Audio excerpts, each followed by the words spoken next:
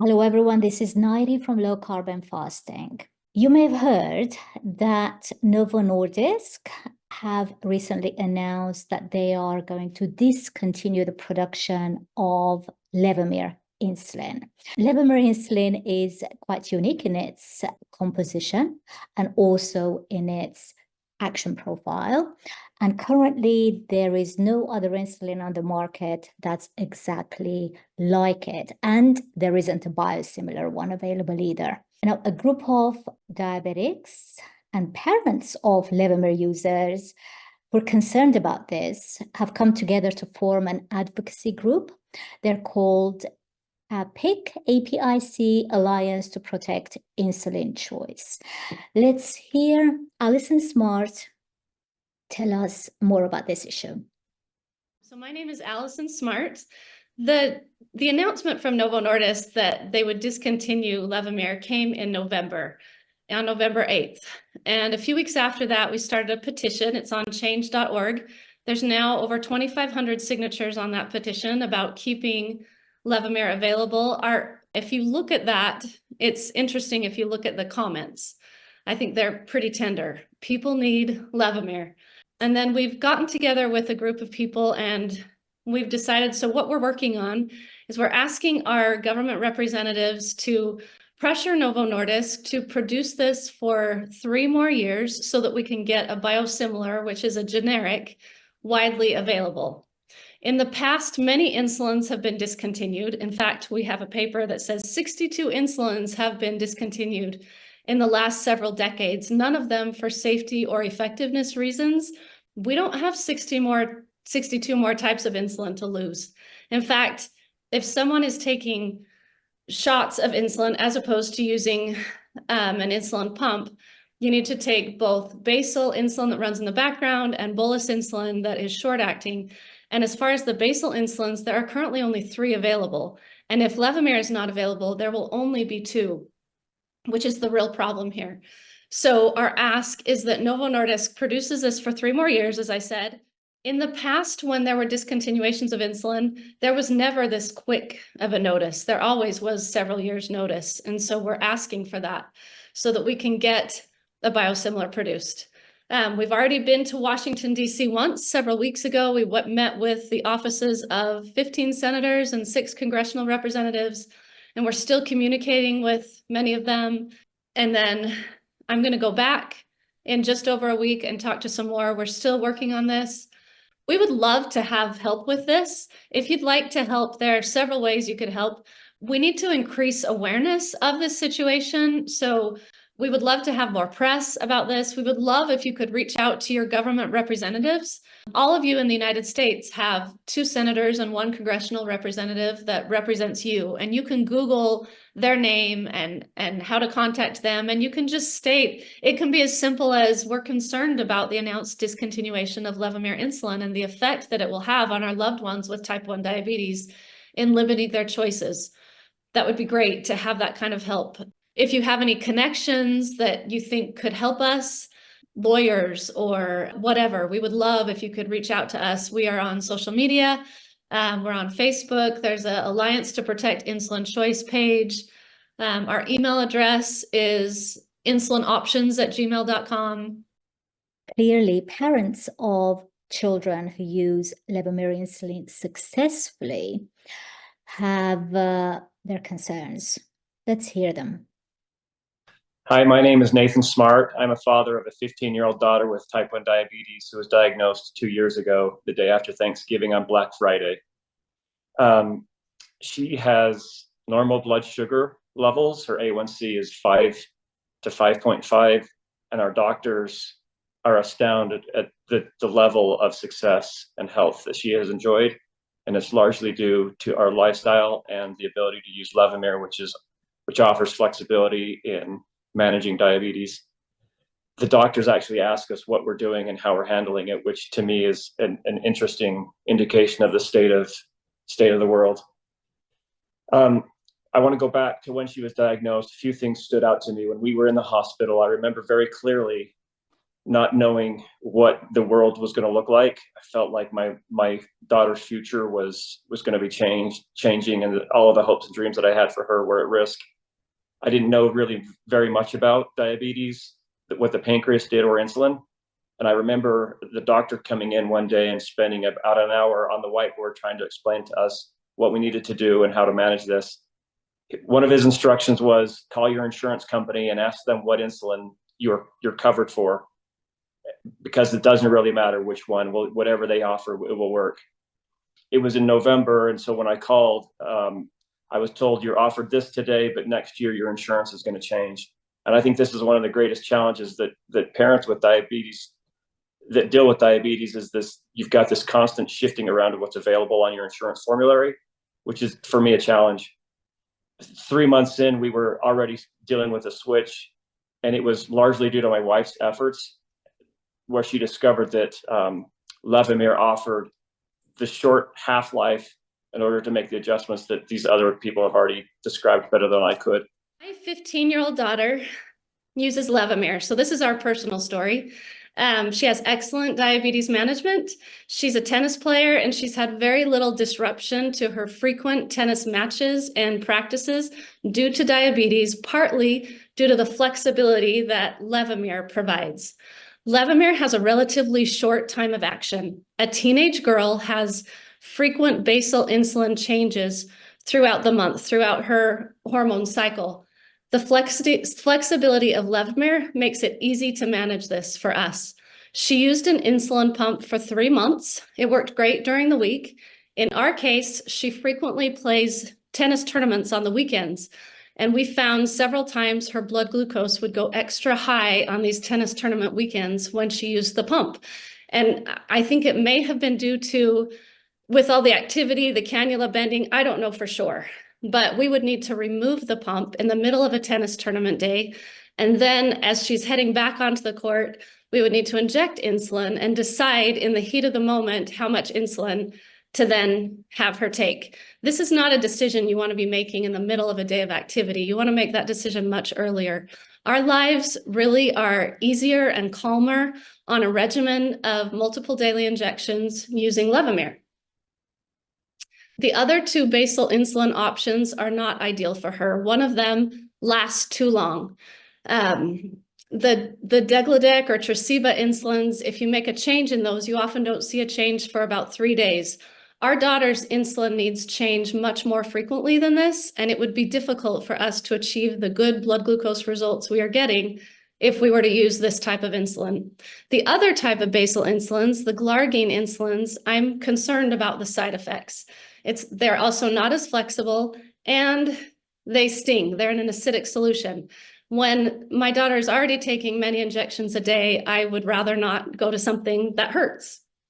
Levemir is ideal for our daughter's situation. This is about much more than my daughter, though. You will hear these points probably frequently throughout this podcast, but I just wanted to quickly get to the bullet points. Levemir is the only basal insulin that can be diluted. This is important in the case of infants, toddlers, and the newly diagnosed. I've already mentioned that Levemir is ideal for teen girls due to their frequently changing basal insulin needs with their hormone cycle. Teen boys also experience frequent changes in their basal insulin needs due to growth and hormones, and they often have differing basal insulin needs morning versus evening. Levemir is ideal for this. Levemir is ideal for athletes when they have bigger workouts one day versus smaller another day. Levemir is easy and flexible to accommodate for that. Levemir is ideal for the insulin sensitive. Levemir is preferentially used in pregnancy by experts over other basal insulins. It allows for a different amount of basal insulin morning versus evening. When a pregnant woman delivers, she has an immediate drop in insulin needs. Levemir can accommodate quickly for this.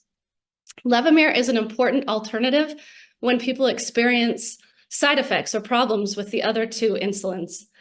We need this insulin to stay available. It is important. It is worth the fight. We need the options of more than just an automated insulin pump and two basal insulins. We need Levemir to stay available. Thank you. My name is Andrea Balarezzo, and I am a mom to an 11-year-old with type 1 diabetes. Avaya was diagnosed at age 7. So actually just last week, we celebrated her diversity. It's been 4 years. When we first left the hospital, we left with Basaglar, so which is an insulin glargine. We really, of course, didn't know much about anything, but at that point, we were just taking the insulin as instructed. She did enter honeymoon right away, so we were on little to no mealtime insulin, and on tiny doses of basal. We had a few scary urgent lows during that first year, where she would be coasting in the 80s with absolutely no fast-acting insulin on board. We would do her bedtime basal dose in the bum as instructed, and 20, 30 minutes later, she was urgently low, finger poke confirmed 30s, and we could only attribute it to her basal insulin, her insulin glargine. It happened a couple of times that first year until we said, no, we're not running the risk of this continuing to happen, especially as her basal doses increased. So we looked for other options. We came across Levemir and actually found that it was a shorter lived, long lasting, her basal insulin. So we actually really loved it for her. Besides the typical wiggly teeth, orthodontia, little lady hormones that are revving up now that she's 11, she is a competitive gymnast and spends several hours, several days a week, several hours a day at the gym, practicing gymnastics. And she also, unfortunately, suffers with chronic inflammatory skin issues. So we all know that inflammation, infection, illness, they all really impact basal insulin needs. And so having that flexibility and that ability to adjust quickly is important for us because we do deal with a lot of that because of her skin issues. On top of that, because of the skin sensitivity, the pump really is not an option. We already struggle finding places where we can put the Dexcom, and that's such an important tool for us. And she, we're also very happy with MDI. So, when we got the news that Levemir was being discontinued, I mean, it's truly devastating to think that people who are dealing with a chronic illness and insulin is not, it's not a supplement, it's not a choice drug. This is life or death medication here, and not having the option, the only safe, truly the only option that feels safe for Avaya is Levemir. Okay, hi everyone. My name is Allison Coughlin and my son John is a 10-year-old type 1 diabetic. John was diagnosed on August 18th of 2022, and we were lucky enough to find the low-carb grit community shortly after he was diagnosed. Thanks to this lifestyle, we were able to get him from an 11% A1C to a 4.8 A1C. And one of the most important tools that we used in the management of his diabetes care, like many of you do as well, is Levemir. Since my son is still slightly honeymooning and he is a very active athlete, his basal requirements change quite frequently, which is what makes Levemir the insulin that works best for him. Tresiba simply lasts too long to make changes as often as we do. And Lantus, which is what he used when he was first diagnosed, caused very scary hypoglycemic episodes, and every injection caused a burning, stinging sensation. Even minutes after his injections with Lantus, he could still feel stinging. Being a child with type 1 is hard enough, but coming to dread getting your basal shot because it physically hurts isn't something I want my son to have to deal with. John currently takes 4.75 units of Levemir in the morning and 2.25 units in the evening, which isn't that much. I'm able to make changes to his basal doses in quarter units, and we usually will see an effective change in his glucose levels following that dose. Often he will have very few active days and his basal needs will need to be lowered, Or out of nowhere, he may have a loose tooth and his basal needs will need to increase. I know when he hits puberty, his basal needs will also go up and down, and Levemir will be the best insulin to handle this. Due to it being such a flexible insulin, we have been able to have great control of my son's diabetes, and he enjoys normal glucose levels. My son deserves these normal glucose levels. He deserves a childhood that isn't interrupted by Lantus lows, and he deserves to not be hurt by a simple injection that he will need to take 2 times a day for the rest of his life. And he deserves to have access to the insulin that works best for his needs. Levemir has been so helpful to him and to so many others, and I can only hope that it will not be discontinued. My daughter is Savina. She was diagnosed with type 1 diabetes about a year and a half ago. We were first introduced to Lantus, and we realized as she started needing more Lantus that it was burning. We were also became aware of a Lantus low, and which is very scary. So because of that, we decided to switch to Levemir.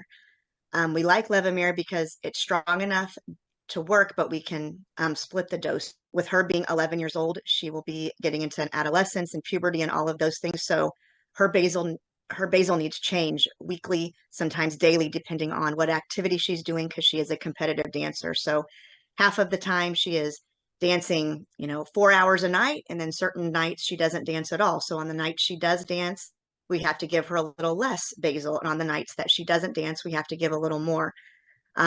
With Tresiba only doing once a day and it being so long acting, we will not go back to Lantus. So to have Levemir off of the market, I feel like is just a huge disadvantage for these kids, especially who, they're trying to make this journey that's not easy, as smooth as possible. And to take such a dire, this insulin is just very crucial for, I think, especially hormonal teenagers and girls who have the basal changes so often. And when you're trying to keep A1Cs in a healthy mark and you're doing everything you can possible, it's very important to the tools you use. And I feel like Levemir is an amazing tool for these children who need their basal changes so often.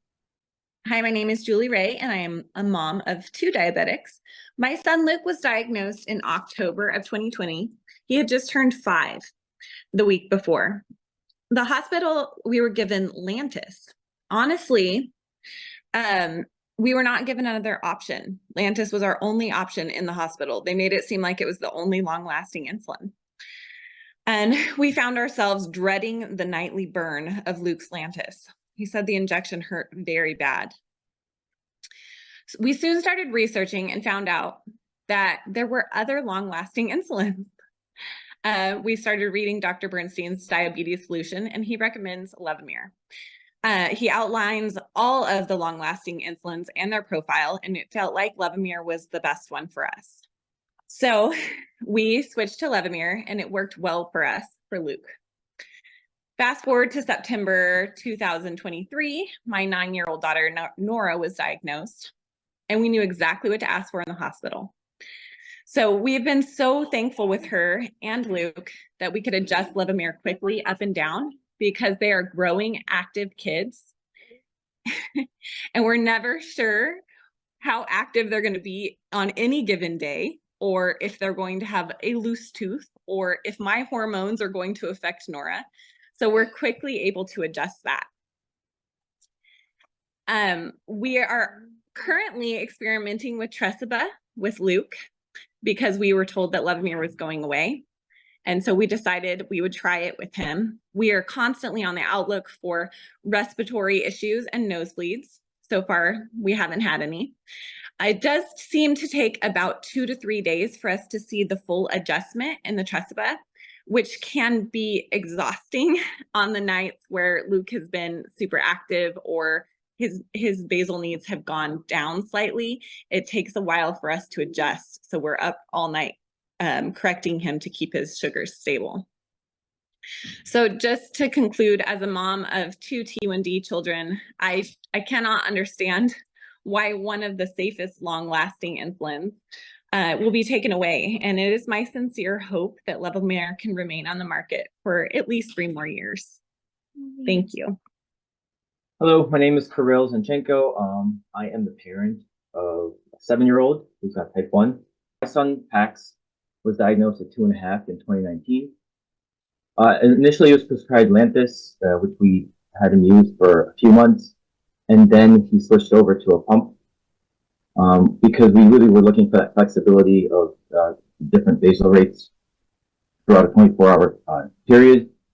But after about 2.5 years of being on the pump, the conclusion that we came to was it wasn't really working out for him. And the few reasons were due to the small size of his body, we were just running out of space of where to apply the pump. His body was getting scars on it, and the absorption wasn't working well. And it was just an overall became a much more traumatic experience for our son. Initially he kind of dealt with the pain because that was his new normal, but eventually he would run away from us when we have to apply the pump, or he would rip it off and just hide in the closet and cry. And so that made it really challenging for us, and combined with the fact that it wasn't as effective as it used to be, to really switch to something else. So in early 2022, while he was still in preschool, we talked to his endocrinologist, and my wife and I decided to switch him to Levemir and get off the pump completely and go back to multiple daily injections. And the benefits we're seeing right away, they were clear and obvious. Giving insulin to him was no longer traumatic for him. His A1C and time in range got way better. And we were just able to reduce the amount of highs and lows that he experienced. And what we saw with Lantus and with the pump. And as he's grown from a toddler into a young child, his body's needs have changed. You know, he needs sometimes a lot more insulin in a day and very little at night. Sometimes a ratio of 3 to 1. And if we use Lantus or Tresiba, it would be difficult to not overdose him or underdose him for one of those periods, and that would just not be safe. And so Levemir allows us the flexibility to safely and effectively provide Pax with the right amount of insulin that his body needs for that time period. And as a direct result, it directly impacts his mental health as someone living with a lifelong medical condition. Hi, my name's Haley Weens, and my son has type 1 diabetes. He was diagnosed over 6.5 years ago. Initially out of the hospital, we were given NPH, which was for us not the best solution because he would go into random lows due to the NPH. My endocrinologist was wanting to switch us to Lantus, and after reading actually in Dr. Bernstein's diabetes solution book, his recommendation for Levemir over Lantus due to some risks, I pursued Levemir. And even though it was not typically what my endocrinologist prescribed, he was open to that. My son has been on Levemir for over 6 years now, and it has been so effective for us. It allows us to address the needs for children, teeth. There's insulin resistance and insulin sensitivity we deal with when children are getting teeth. For growth hormones. He's 11 years old now. He's turning 12 next month. You know, we're on the edge of puberty, and Levemir is a fabulous tool for us in our toolbox. It really has allowed me to hone in on his diabetes management. He has had a non-diabetic A1C for over 6 years now. And I definitely credit part of that to Levemir because I am able to make adjustments daily, weekly. Like I typically find myself making adjustments every second day for my son in increments of like half units or units. And fine-tuning his basal needs, which is crucial, very, very crucial for optimal management. Children need this flexibility for teeth, for growth, for activity. When we're looking at illness and insulin resistance and insulin sensitivity, we need to be able to make these adjustments. And some of these other insulins do not offer us these options. We did briefly try Tresiba, and the lines were beautiful. He had beautiful blood sugar lines.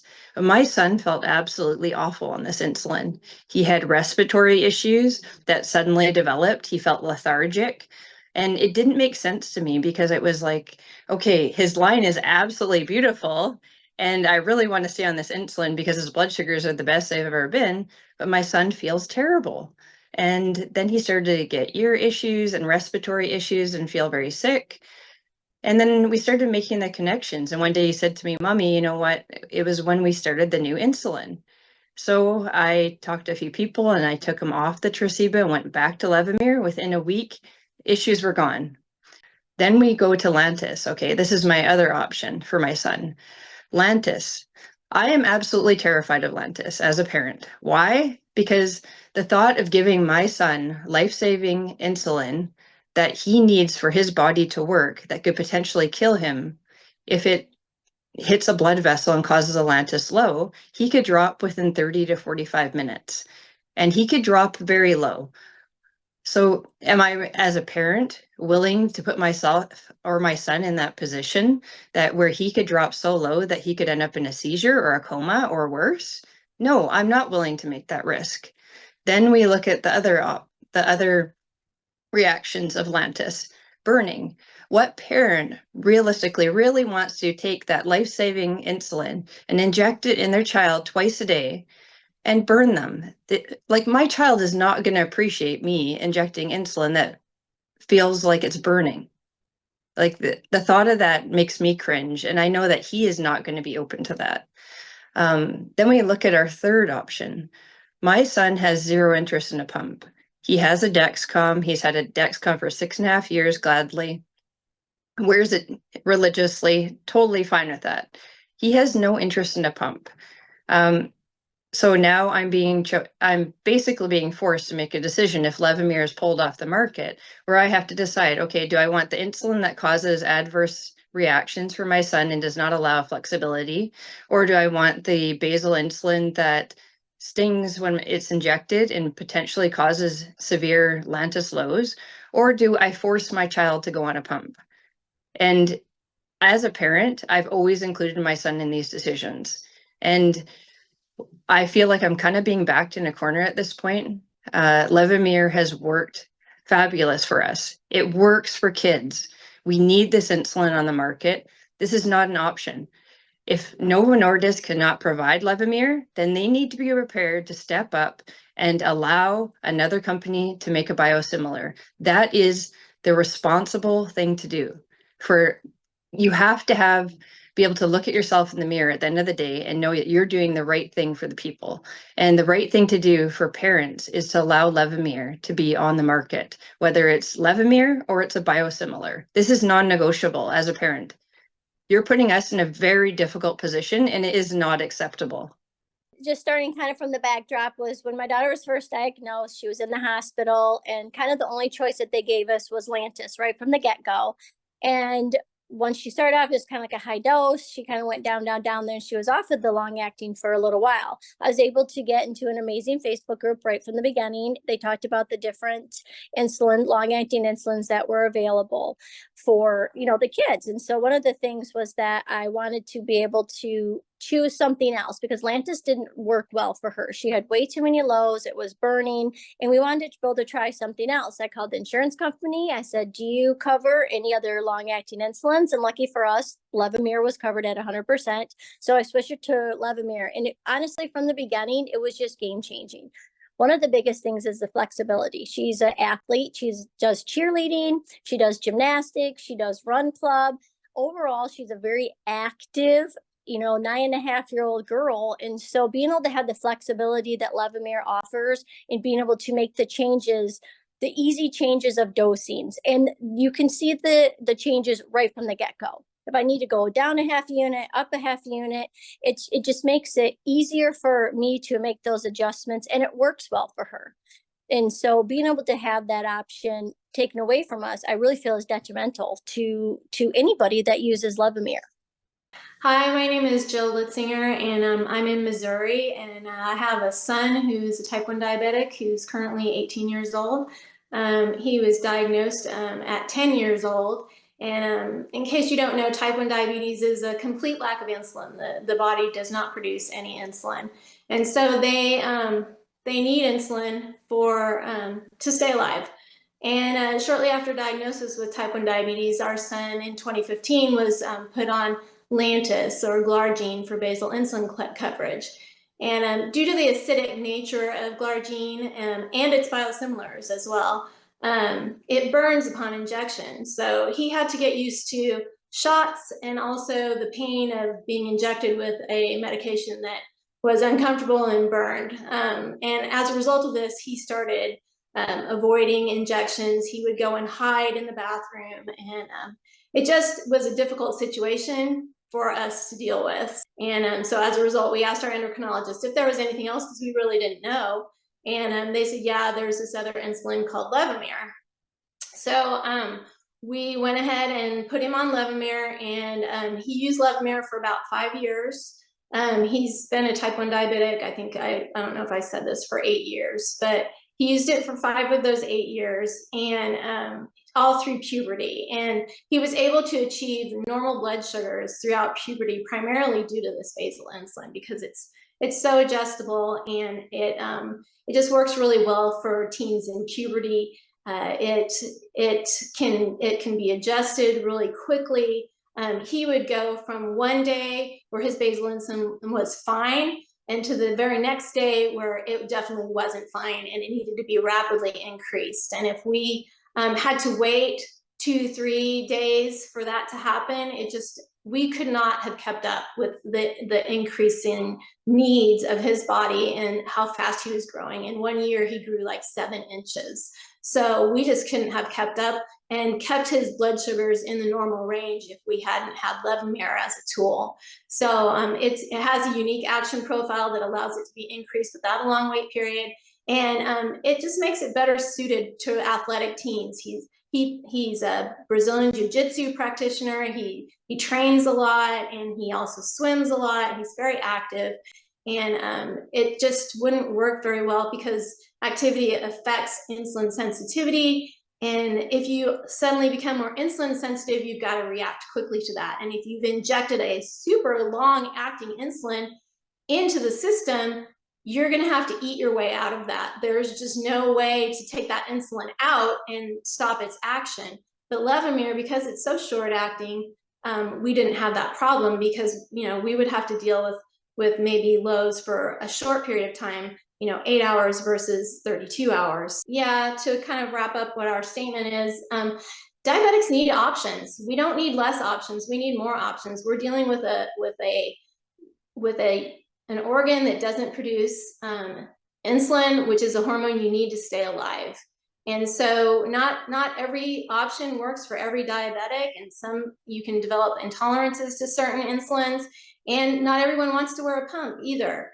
So we need options, we need affordability, and we would like to urge Novo Nordisk to keep Levemir available for type 1 diabetics who need it until such a time as a Detemir biosimilar can be brought to the market. My name is Lester Hightower. I have a son who is almost 19 years old. He's had type 1 diabetes since the age of 5, and he's been a Levemir user that entire time, so approaching 14 years. My son is highly athletic. He started his type 1 diabetes journey, as I mentioned a second ago, at the age of 5 and 39 pounds. He's now almost 6 foot 5 inches tall and 200 pounds. He plays a ton of basketball, and Levemir is a very important tool for him today as a college student, in the sense that it allows him to steer his basal insulin rapidly up and down, sort of matched up against his level of athleticism. So if he plays a lot of basketball in a week, his basal insulin comes way down. If he takes a few days off, his basal insulin needs go up. And Levemir, with its relatively short time of action, really allows him to steer that basal insulin up against his needs. When he was much younger and his mother and I were primarily responsible for his insulin, we faced different challenges that Levemir was a very big help for, and that primarily was around growth. When Andrew, particularly in his most rapid growth years, say 12 to 16, he would have tremendously high basal needs overnight. in conjunction with his growth spurts and the body's natural release of growth hormone. And Levemir allowed us to cover what were then very highly bifurcated basal needs. And what I mean by that is during the daylight hours, when his body was not really hitting him with growth hormone, his basal needs were relatively low. But in the evening hours, and overnight, when he was having large releases of growth hormone, his basal needs were extremely high. And Levemir is exceptionally helpful in those types of situations because we would dose Andrew 3 times a day with Levemir. His morning dose would be very, very small versus his 2 evening doses. And that high bifurcation is what his body needed. Levemir allows it. And the long-acting insulin, such as Tresiba, just you can't do that, and it would be a big step backwards for parents of children, a large step backwards for athletes who have changing needs. Now, it's not just parents of type 1 diabetic children who are concerned, but also adults who themselves use Levemir insulin successfully to manage their diabetes. Let's hear from them. Hi, I'm Bridget, and I am a firefighter EMT who's also type 1 diabetic. I have spent 26 years of my life as a type 1. During that time, I have used probably every insulin that's on the market currently and some that aren't anymore, as well as insulin pumps. The flexibility of Levemir is really important to me doing my job. Firefighting comes with changes in our activity level. We can go from sitting around and doing day-to-day operations to fighting an 8-hour fire in a matter of seconds. And none of that is pre-planned. And so it's very hard to plan your insulin on a long-term basis if none of your schedule for the next 72 hours is known. Levemir, when I take Levemir, I take it 3 times a day. And so that flexibility within my schedule allows me to, on the fly, adjust how much insulin I'm taking based on what we have actively going on at the time. I do use an insulin pump at times, but insulin pumps don't allow me to do ice water rescue, swift water rescue, dive certification. We have learned that none of those play well with my insulin pump. And so I remove my insulin pump and go back to injections and long acting during those times. I have other medical conditions as well. I have a very specific, rare kind of migraine. And with that comes a lot of imaging. My neurologist likes to take pictures of my brain on a regular basis and most of my nervous system. And with that comes 5-hour MRIs. In order to do that, I have to take both my CGM and my insulin pump off and be without insulin use for those 5+ hours. That is not friendly to the insulin pump life. And I have to go back to shots for that process.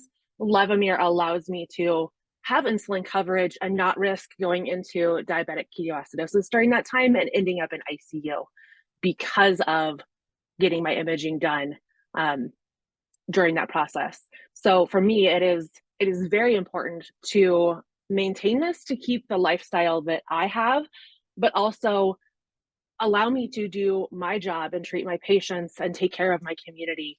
My name is Sherry Habermill. I've been type 1 diabetic for 32 years. I was diagnosed with type 1 when I was 8 years old, and I'm now 40. I've been taking Levemir insulin for about 18 years. I'm concerned about losing Levemir for 2 main reasons that I'll discuss here. The first reason is related to the flexibility that Levemir has as a basal insulin due to the length of time it stays in the body. And in my body, Levemir lasts between 8 to 12 hours. It's been ideal for me as a woman when I've experienced hormone fluctuations that require different insulin doses. Levemir took me through the hormone fluctuations of 2 healthy pregnancies with both of my children, who are now 4 and 6 years old. I was very thankful to have had the opportunity to adjust my basal insulin throughout my pregnancy as my hormones changed. I did have appointments with a diabetic educator every 1 or 2 weeks, and at each appointment, they would give a recommendation for adjusting my basal dose. But I had to adjust it more frequently than that throughout pregnancies to maintain stable blood sugars. So my second main reason for being concerned about losing Levemir and the limited options for other basal insulin for someone who takes multiple daily injections is being forced to transition to a pump. So this concerns me because my doctors told me they don't recommend that I use a pump, and their words were, if it ain't broke, don't fix it. With stable blood sugars and no high highs or no low lows and an A1C of between 4.8 and 5.2%, my blood sugar levels are more stable than most people they see.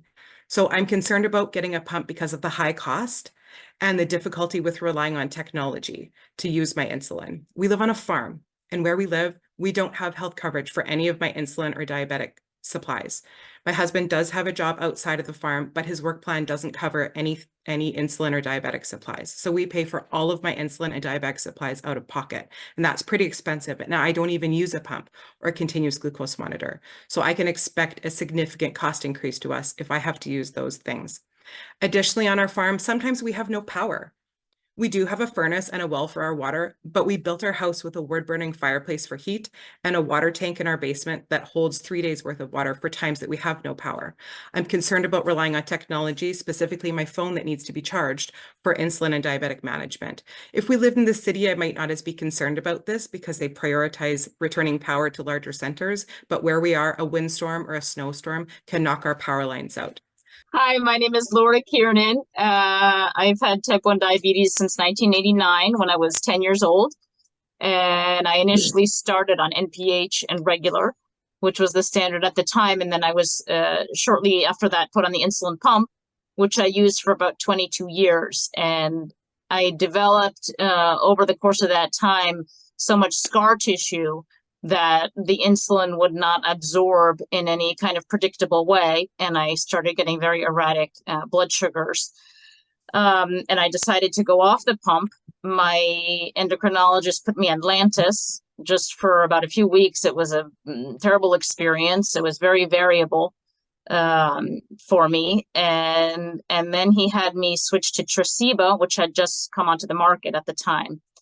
I was on Tresiba for some years, and again, it was a very difficult experience because I use small doses of insulin, and I'm very highly sensitive to insulin, and only need about 10 to 12 units a day of long acting. And the Tresiba ratchets up to a steady state. It lasts so long in the body that I was not able ever to adapt to any of the changes that I needed. As a menstruating woman, I need a few different basal rates over the course of the month. I need one rate for when I'm on my period. I need another rate during ovulation. I need a third dose when the month before my period, when I'm in PMS. And I also have a variable schedule in terms of how much exercise I get every day. And with Levemir, when I switched to Levemir, things have become so much easier. My control has gotten so much better. And I've been able to adapt to all of those different situations as it doesn't last so long in the body. And I can make quick changes if I need to. If I've had more exercise one day, I can lower my dose at night. If I've had, if I'm about to get my period, I can up the dose easily, and it adapts quickly. When I was on Tresiba, every time I got my period, I have 3 to 4 days of crashing lows that I was unable to control for. It was just a very difficult time. And if Levemir is discontinued, it will be very, very difficult for me. It will have a significant negative impact on my life. Thank you for listening.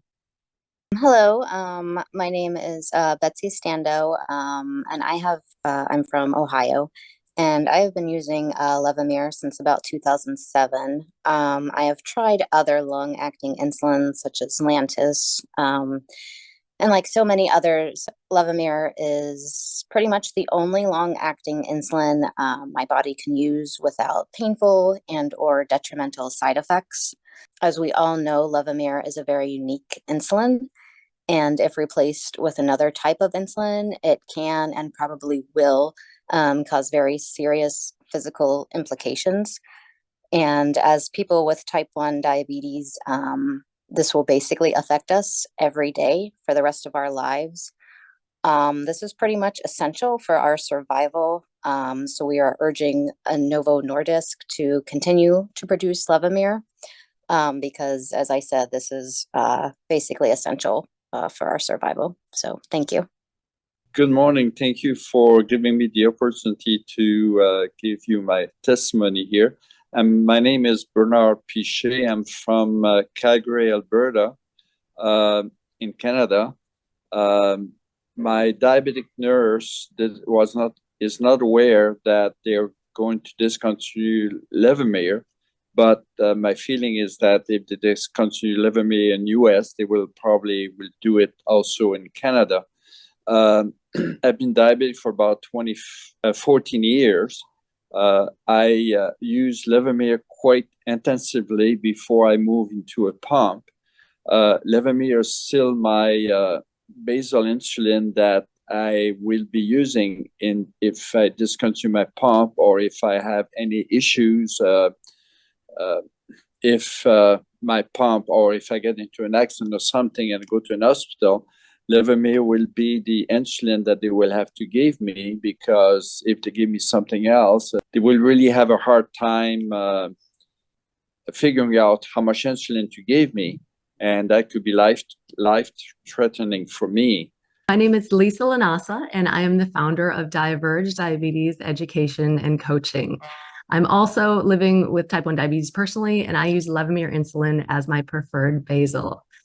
Now, it's not just me, but a lot of our clients also use Levemir, and I personally love Levemir because it is so flexible. It is unique in its flexibility, and I can easily adjust doses to account for exercise, female hormones, and the large amount of international travel that I do.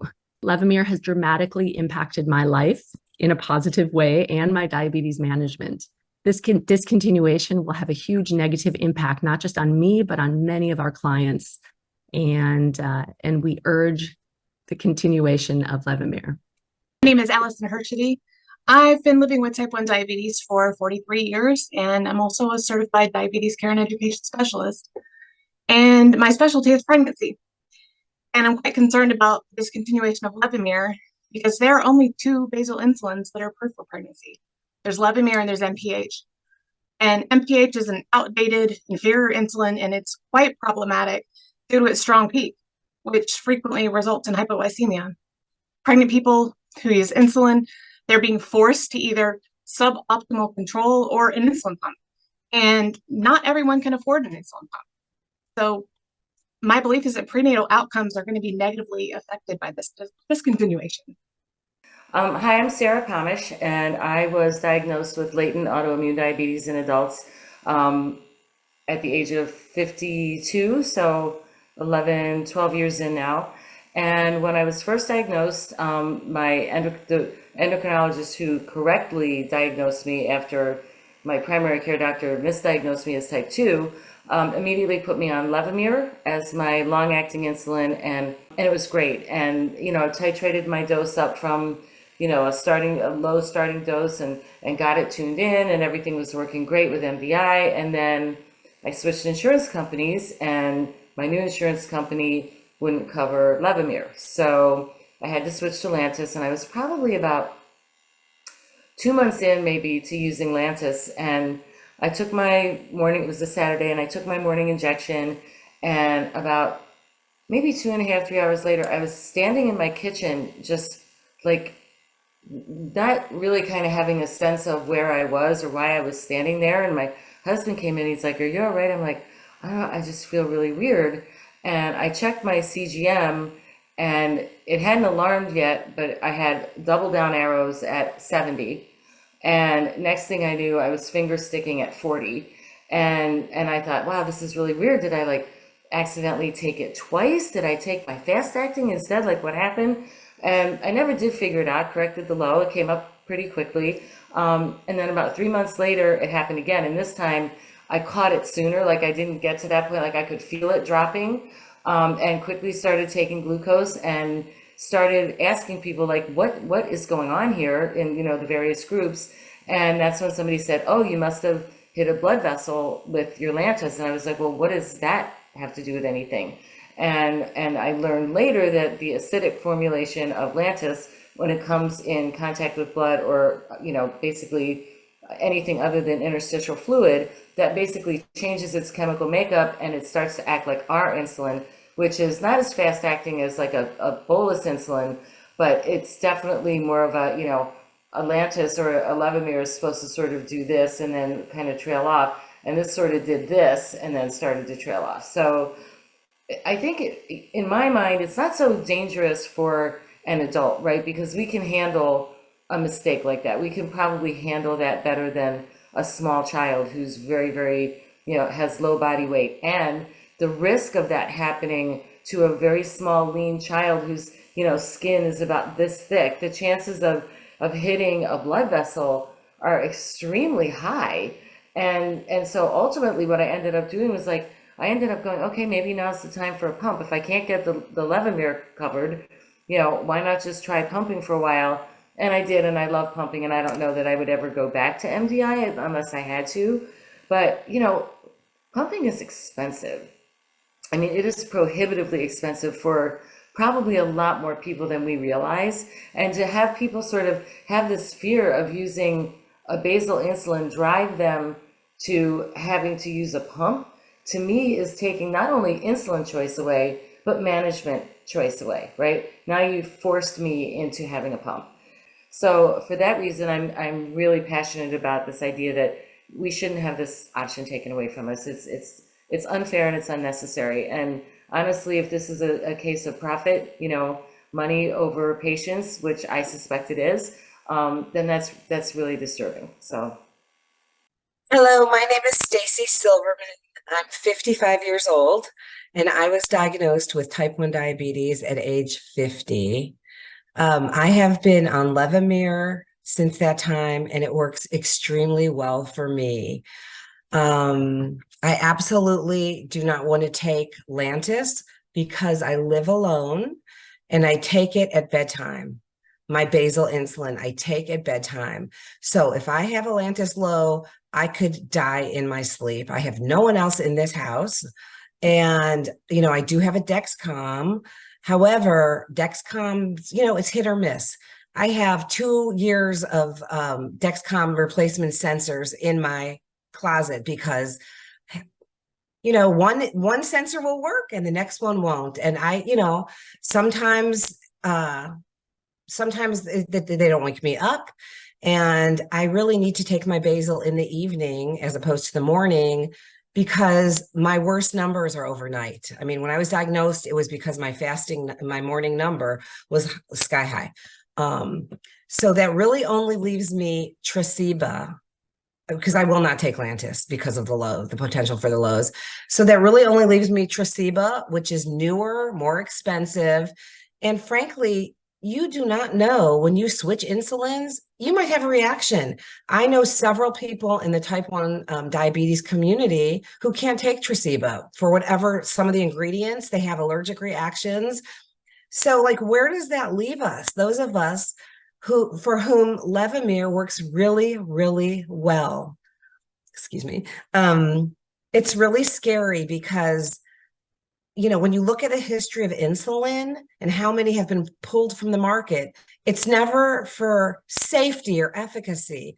It's always because, oh, this is the newer one and it's more profitable. And, you know, Novo Nordisk, shame on you.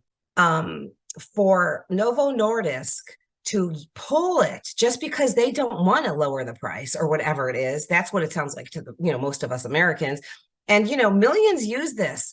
It might be a small market share to them, but Levemir is widely used by people in this country. So to me, it is unconscionable that they would pull a life-saving, you know, insulin when it is widely used.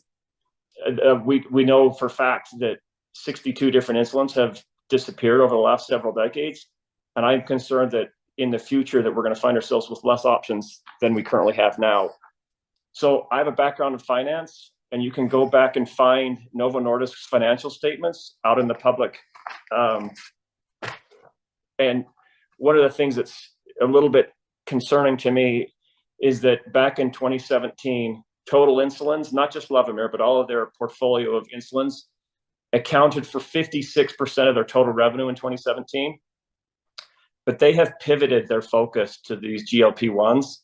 And today, total insulin is now only 20% of their total revenue. So it's gone from 56% of their revenue to now 26, to 20% of their total revenue. And it's shrunk in actual dollar terms as well. What happens when these things become less profitable? They're gonna pivot to where the money is. So for me as a father, it's concerning that we don't have a choice, and we are at the mercy of pharmaceutical companies who are educating drug companies. We are subject to the pharmaceutical companies who are educating doctors, who are we are limited by their choices that our insurance companies offer. I'm Colleen Fuller. I live in Vancouver, British Columbia, and I've had diabetes, type 1 diabetes, since 1969. I've used many, many different types of insulin and have had different experiences with different types of insulin. I've been involved in the fight to protect access to insulin, but the companies have global control. There are 3 companies that control about 99% of the global insulin market. There's very, very little domestic control over the market. Here we have Detemir as one example. Novo, it looks, from my perspective, it looks like Novo is intentionally shrinking the market. So they've signaled that they're withdrawing insulin, and every time they've signaled a withdrawal, there's a stampede of people to another type of insulin because they need insulin. People need insulin. And so it's very manipulative on the part of Novo Nordisk. And I've also worked with a lot of people who have been impacted by insulin withdrawals. And this is not a subject that is very well understood, or I should say well known. But when insulins are withdrawn, or even if there's an indication that an insulin might be withdrawn, a number of things happen. One is panic sets in. And so people begin stockpiling the insulin that's going to be withdrawn because they're afraid, which is very bad for everybody else who doesn't stockpile. The second thing is, and that's in part because it has this kind of dramatic psychological and emotional impact on people. Most people who use insulin don't like to hop around from one type of insulin to another. It's very unstable to do that, and it just doesn't work. So people are traumatized psychologically when there is an announcement that an insulin is going to be withdrawn, that people may need and want. The second thing is that people who are forced to switch unwillingly to a different type of insulin, and if it doesn't work for them, the physical trauma that they go through is really terrible. And I have known parents whose children have died switching from animal insulin to human insulin, and the impact on those young people, these are children mainly, not only, but mainly, who died because they could not make the adjustment. The insulin didn't work for them. It removed their signals of low blood sugar, which is life-threatening. And some of them died in their sleep during the night or during the night. So physically and emotionally and psychologically, insulin withdrawals have a huge impact on people. And it causes a terrible type of a panic amongst people who are doing well on a type of insulin that works for them, that cannot easily be replaced by another type of insulin.